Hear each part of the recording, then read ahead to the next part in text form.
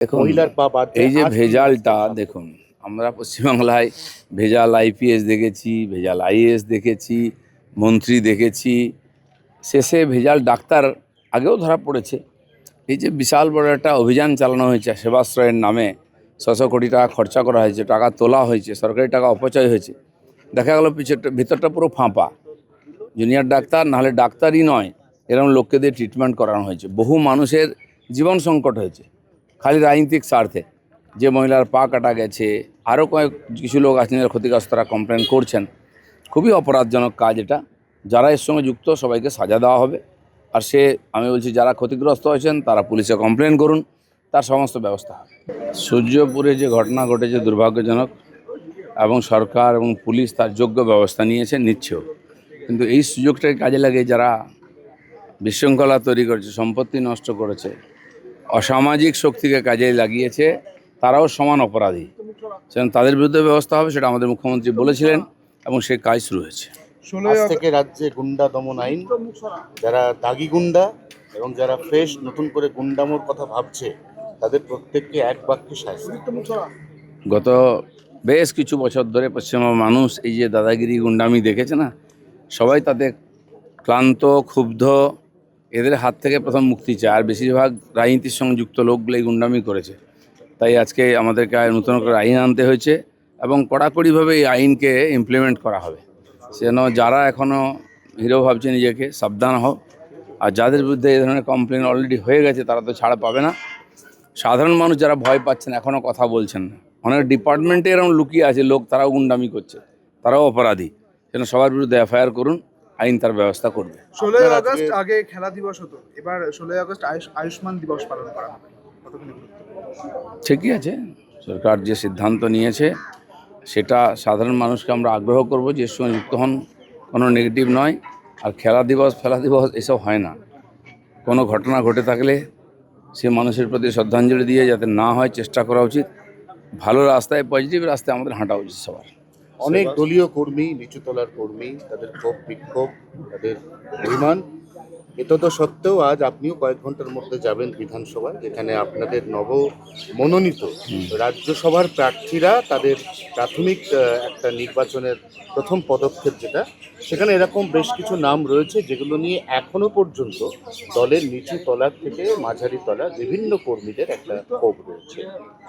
দেখুন, সব ব্যাপারে সবার মতামত থাকতে পারে। আমাদের পার্টি গণতান্ত্রিক পার্টি, প্রত্যেকটি কর্মীর মতামত আছে আলাদা, আমরা স্বীকার করি। আর প্রতি 3 বছর অন্তর গণতান্ত্রিক নির্বাচন হয়, তার প্রশিক্ষণ চলছে।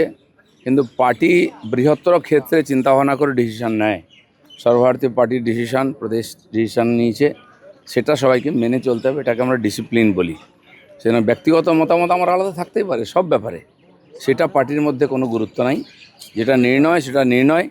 সেজন্য পার্টি সর্বভারতীয় ক্ষেত্রে, সর্বভারতীয় পার্টি, লোকসভায় রাজ্যসভায় আমাদেরও মেজরিটি চাই।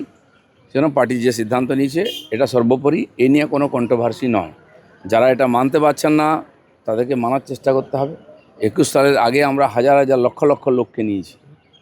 এখন সরকার মনে করেছিল ইমিডিয়েট আমাদের অন্য কোনো লোককে নেব না, এটা সাময়িক সিদ্ধান্ত ছিল। আজকে পার্টি সিদ্ধান্তের কিছু পরিবর্তন করেছে, সেটাও মেনে নেওয়ার আমাদের দরকার আছে। সেবাশ্রয়ের নামে ধোঁকাশ্রয়, মহেশতলার একজন মহিলা হাতুড়ে ডাক্তার দিয়ে প্রথমে তার ট্রিটমেন্ট হয়, তারপর তাকে কিছু হোমিওপ্যাথি ওষুধ দেওয়া হয়। অদ্ভুত ব্যাপার, অস্ত্রোপচারের পরে তাকে কিছু হোমিওপ্যাথি ওষুধ দেওয়া হয়, তারপরে অ্যালোপ্যাথি যেগুলো দেওয়া হয় সেগুলো মেয়াদ ফুরিয়ে গিয়েছিল। মহিলার পা বাদ এই যে ভেজালটা দেখুন, আমরা পশ্চিমবাংলায় ভেজাল আইপিএস দেখেছি, ভেজাল আইএএস দেখেছি, মন্ত্রী দেখেছি, শেষে ভেজাল ডাক্তার আগেও ধরা পড়েছে। এই যে বিশাল বড় একটা অভিযান চালানো হয়েছে সেবাশ্রয়ের নামে, ৬০০ কোটি টাকা খরচা করা হয়েছে, টাকা তোলা হয়েছে, সরকারি টাকা অপচয় হয়েছে, দেখা গেল ভিতরটা পুরো ফাঁপা। জুনিয়র ডাক্তার নাহলে ডাক্তারই নয়, এরকম লোককে দিয়ে ট্রিটমেন্ট করানো হয়েছে। বহু মানুষের জীবন সংকট হয়েছে খালি রাজনৈতিক স্বার্থে। যে মহিলার পা কাটা গেছে, আরও কিছু লোক আছেন যারা ক্ষতিগ্রস্ত, তারা কমপ্লেন করছেন। খুবই অপরাধজনক কাজ এটা। যারা এর সঙ্গে যুক্ত সবাইকে সাজা দেওয়া হবে। আর আমি বলছি, যারা ক্ষতিগ্রস্ত হয়েছেন তারা পুলিশে কমপ্লেন করুন, তার সমস্ত ব্যবস্থা হবে। দীর্ঘ তৃণমূল কয়েক দশক ভবনে- পর এবার অবশেষে সেকেন্ডারি রানওয়ের কাজ শুরু হচ্ছে। এবার মসজিদ অবশ্যই সরানো হবে। দরকার। আমাদের কলকাতা এয়ারপোর্টের উপরে এত চাপ বেড়ে গেছে, একটা রানওয়ে দিয়ে কাজ হচ্ছে না, লেট হয়। আর একটা রানওয়ে আইডল পড়ে থাকতো অনেক দিন ধরে, খালি রাজনৈতিক কারণে কিছু লোককে বসিয়ে দেওয়া হয়েছে। নামাজ পড়া বা পূজা করা এয়ারপোর্টের মধ্যে সম্ভব নয়। আমরা ফুটপাত খালি করছি, আমরা স্টেশনের প্ল্যাটফর্ম খালি করছি, এয়ারপোর্টও খালি হবে। আমার তো মনে হয় যারা ওখানে আছেন তারা ঠিকঠাক সহযোগিতা করুন, সরে যান বৃহত্তর স্বার্থে। ওইরকম একটা ওখানে থাকতে পারে না কনস্ট্রাকশন। আমার মনে হয় তারাও ব্যাপারটা বুঝেছেন, সরে গেছেন। এইভাবে আলোচনার মাধ্যমে সমস্যার সমাধান হবে এবং বাংলা এগোবে। এবার ডাবল ইঞ্জিন সরকারে অরুণাচল মডেলের মতো বাংলায়ও দেখা যাচ্ছে ভাইব্রেন্ট ভিলেজ তৈরি হচ্ছে মডেল। না, অলরেডি আগে থেকেই আছে এগুলো, সরকারি কেন্দ্র সরকারের প্রকল্প আছে। একদিন তো ভিলেজ কোথায়, শহরের লোক বঞ্চিত ছিল। তো এখন যেমন 30,000 কোটি টাকা জল জীবন মিশনের লুট হয়ে গেছে, কোথাও জল পৌঁছয়নি, কী হয়েছে কেউ জানে না।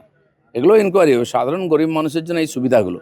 আর এই ধরনের বিভিন্ন প্রকল্পের মাধ্যমে গ্রামের সাধারণ মানুষের কাছে আর সুবিধা পৌঁছে দেওয়ার জন্য কেন্দ্রীয় যোজনা আছে, তার লাভ আমরা নিচ্ছি। তৃণমূল ভবনে কে বসবে সেই নিয়ে দড়িটা ঋতব্রত শিবির বলছে যে আমাদের কাছে নোটিশ আছে, আর কালীঘাট বলছে যে ওদের ওটা নোটিশ না, ওটা অবজারভেশন। তো এখনো কিছু হয়নি। দেখুন, আইন কানুন তা আমাদের এতে কোনো ইন্টারেস্ট নেই। আমরা চাই তারা বিরোধী দল, বিরোধী হিসাবে বিধানসভায় আসুন, সরকারের কাজের আলোচনা করুন, সমালোচনা করুন, যাতে কাজ ঠিকঠাক হয়, সহযোগিতাও করুন। ঠিক মিউনিসিপ্যালিটি কর্পোরেশনগুলো তো তাই করুন। মানুষ ভোট দিয়েছে, পঞ্চায়েতেও আসুন, তারা নিজেদের দায়িত্ব পালন করুন। কোথাও তারা ক্ষমতায় আছেন, কোথায় বিরোধিতা আছেন। এতদিন সরকার চালালেন, এত কিছু করলেন, আজকে সহযোগিতা করবেন না, নিজেরা লড়াই করবেন, সেই জন্য তো লোকে ভোট দেয়নি। 21শে জুলাই আসতে আর তো বেশি বাকি নেই। এখন এবারের 21শে জুলাই কোথায় হবে, কারা করবে, কারা আসল এবং কারা নকল, এটা এখনো পর্যন্ত রাজ্যবাসী বুঝতেই পারছে না। এ কেমন সার্কাস চলছে? দেখুন, একটা জিনিস তো বন্ধ হবে, 21 জুলাইয়ের ডিম ভাত বন্ধ হবে। কমপক্ষে যারা শহীদ তাদের শ্রদ্ধাঞ্জলি দেওয়া হোক, এবং এই যে গণ আন্দোলনের উপরে যে গুলি চালিয়েছে সেই সময়ের বামপন্থী সরকার অমানবিকভাবে, তার নিন্দা হওয়া উচিত। তারা সবাই শহীদ, সবার কাছে তারা শ্রদ্ধেয়। গণতন্ত্র রক্ষায়, গণতান্ত্রিক অধিকার রক্ষায় তারা লড়াই করেছেন, সেটা আমাদের কাছে গুরুত্বপূর্ণ। কে কোথায় করলে এটা গুরুত্বপূর্ণ নয়। আপনাকে আমি 3টে অপশন দিচ্ছি, আপনি এর মধ্যে কাকে বেশি যোগ্য 21শে জুলাই পালনকারী মনে করছেন? আমি কাউকে কালীঘাট যোগ্য তৃণমূল- মনে করি না, কালীঘাট যেন তৃণমূল- মাথা কাটিয়ে লাভ নেই কোনো। আমরা মনে করি যে সাধারণ সমাজ তাদের শ্রদ্ধাঞ্জলি দিক। দেখুন, মহিলার পা বাদ এই যে আজ ভেজালটা দেখুন, আমরা পশ্চিমবাংলায় ভেজাল IPS দেখেছি, ভেজাল IAS দেখেছি, মন্ত্রী দেখেছি, শেষে ভেজাল ডাক্তার আগেও ধরা পড়েছে। এই যে বিশাল বড় একটা অভিযান চালানো হয়েছে, সেবাশ্রয়ের নামে 600 কোটি টাকা খরচা করা হয়েছে, টাকা তোলা হয়েছে, সরকারি টাকা অপচয় হয়েছে। দেখা গেল ভিতরটা পুরো ফাঁপা।